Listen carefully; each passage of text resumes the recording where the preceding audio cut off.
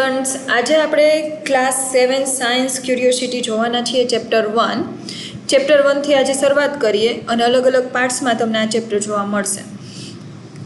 First આપ્યું છે what is curiosity. Curiosity બુકનું નામ આપ્યું છે એનસીઆરટી, નવી એનસીઆરટીનું. તો ક્યુરિયોસિટીનો મિનિંગ શું થાય? To desire, the desire to know or learn something new. એટલે કે કંઈક નવું જાણવાની તમને ઈચ્છા, ડિઝાયર થાય એ.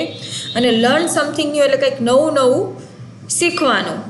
It help us ask question, explore idea and understand the world around us. અને આ સાયન્સની ડેફિનેશન કહી શકાય. કદાચ તમને કોઈ પૂછે કે સાયન્સની ડેફિનેશન શું છે, તો તમે એમાં આ વર્ડ યુઝ કરી શકો. Ask question, explore ideas and understand the world around us. એનાથી તમને સાયન્સ કોઈ પણ વસ્તુનું ખબર પડી શકે.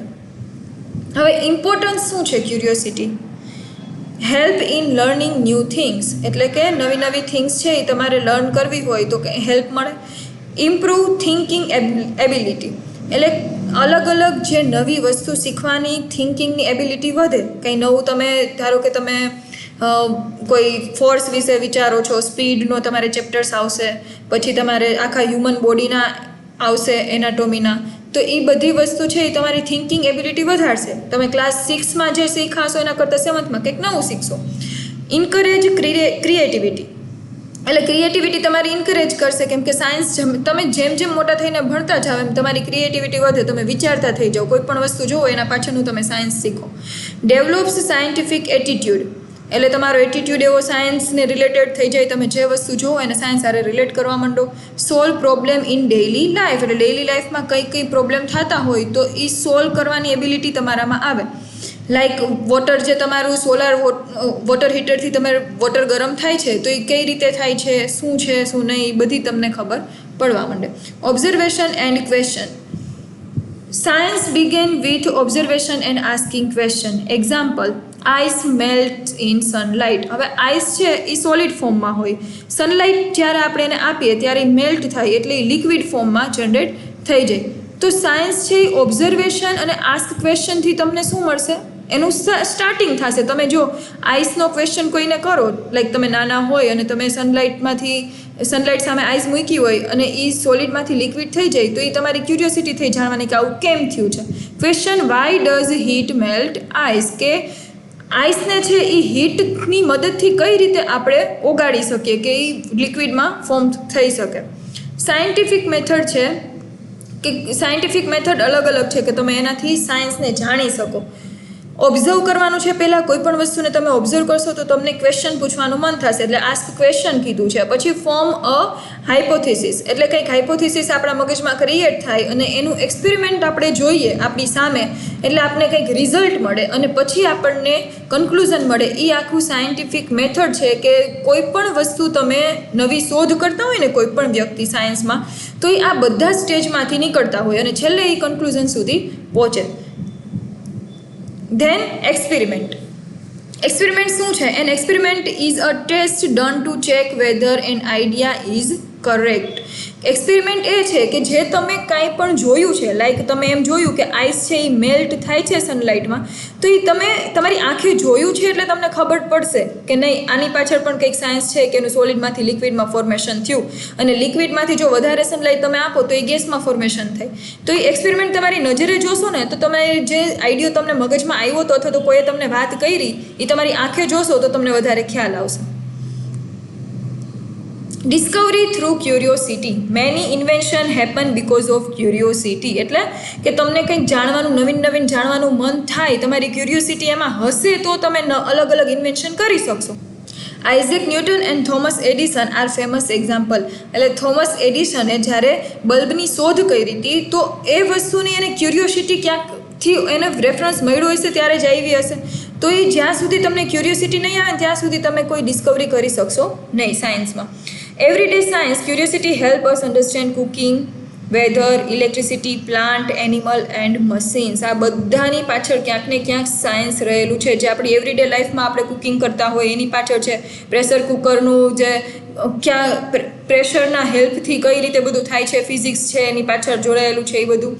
વેધરને રિલેટેડ ઇલેક્ટ્રિસિટી છે એમાં ફિઝિક્સ જોડાયેલું છે, પ્લાન્ટ છે એમાં બોટની, આ તે તમે બધું સાયન્સને રિલેટેડ ટોપિક્સ છે. તો એવરીડે લાઈફમાં પણ સાયન્સ છે એ હોય છે.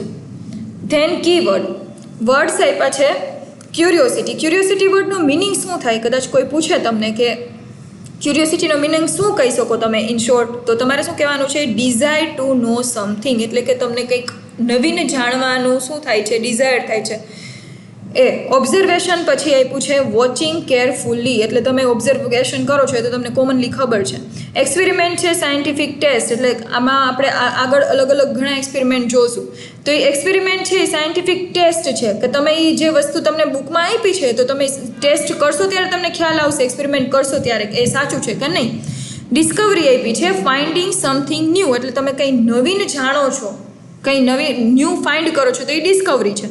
ધેન છે હાઇપોથિસિસ પોસિબલ એક્સપ્લેનેશન, એટલે કે પ્રેશર વધે, ટેમ્પરેચર ઘટે, આ તે કોઈ પણ એક્સપેરિમેન્ટ કરશો તો એની પાછળ એક હાઇપોથિસિસ લખેલી હશે. થિયરી ટાઈપ આપણે કહી શકીએ કે એનું જેટલું બને એટલું પોસિબલ બ્રીફમાં શું આપ્યું હોય, એનું એક્સપ્લેનેશન આપ્યું હોય કે જેથી કોઈ પણ રીડર હોય તો એને ઇઝીલી સમજાય. હવે એના શોર્ટ ક્વેશ્ચન આન્સર આમાં આપ્યા છે, એ આપણે જોઈ લઈએ. શું આપ્યું છે? What is curiosity? ક્યુરિયોસિટી શું છે? તો તમારે એને વન લાઇનરમાં આન્સર આપવો હોય તો તમે આ રીતે આપી શકો. Curiosity is the desire to learn or know something new. Curiosity છે એ શું છે? આપણે આગળ જોઈ ગયા કે ડિઝાયર છે કંઈક નવું જાણવા માટેની, રાઈટ. ધેન છે why is curiosity important? It help us learn thing and discover new things, એટલે કે તમે કંઈક નવું શીખશો, નવું વિચારશો અને કંઈક નવું શોધખોળ કરશો, એ માટેનું એનું ઇમ્પોર્ટન્ટ. શું કામ એ ક્યુરિયોસિટી ઇમ્પોર્ટન્ટ છે? તો કે આ 3 વર્ડ યાદ રાખવાના છે: લર્ન કરવાનું, થિંક કરવાનું અને ડિસ્કવર, કંઈક નવી થિંક કરવાનું. What is observation? Observation means carefully watching something. એ તો તમને ખબર જ છે કે તમે કોઈ કેરફુલી કોઈ વસ્તુને જોવો છો તો એ તમારું ઓબ્ઝર્વેશન છે. What is an experiment? Experiment શું છે?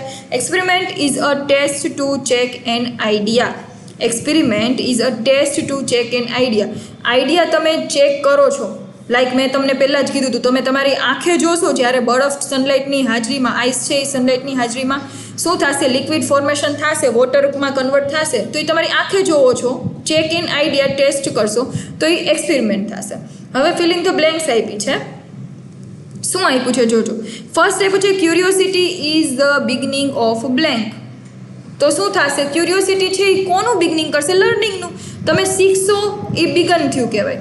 Than scientist ask blank to discover new things. Scientist શું કરે? આસ્ક આપ્યો એટલે આપણે ખબર પડી જાય કે ક્વેશ્ચન પૂછશે એટલે નવી થિંગ્સ ડિસ્કવર થશે. Carefully watching things is called blank. જ્યારે તમે કેરફુલી કોઈ વસ્તુ જોવો છો, આપણને આમાં એક શોર્ટ ક્વેશ્ચન આન્સરમાં એ ઉપર આવી ગયો કે ઓબ્ઝર્વેશન શું છે?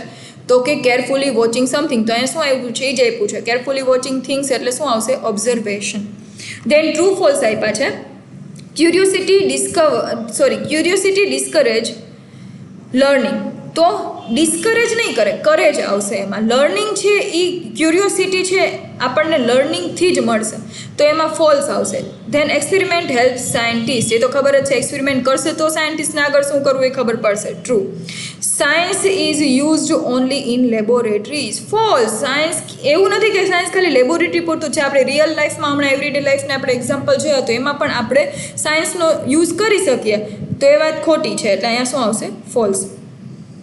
ઓબ્ઝર્વ એની 3 થિંગ એક્ટિવિટી કરવાની કીધી છે તમને, એ તમારે તમારી જાતે કરવાની છે. Around your home and write 1 question about each. Example, fan. Why does it rotate fast? શું કામ એ ફેન ફાસ્ટ મૂવ કરે છે? તો એવા તમારે રિયલ લાઈફના એક્ઝામ્પલ્સ છે એ ગોતવાના છે કે આ કેવી રીતે થાય. તમે તમારા મમ્મી પપ્પાને કેવી રીતે ક્વેશ્ચન કરતા હોય, ટીચર્સને ક્વેશ્ચન કરતા હોય, તો એવા તમારે ક્વેશ્ચન્સ ફાઇન્ડ આઉટ કરી રાખવાના છે કે આ બધી વસ્તુ કઈ રીતે થાય.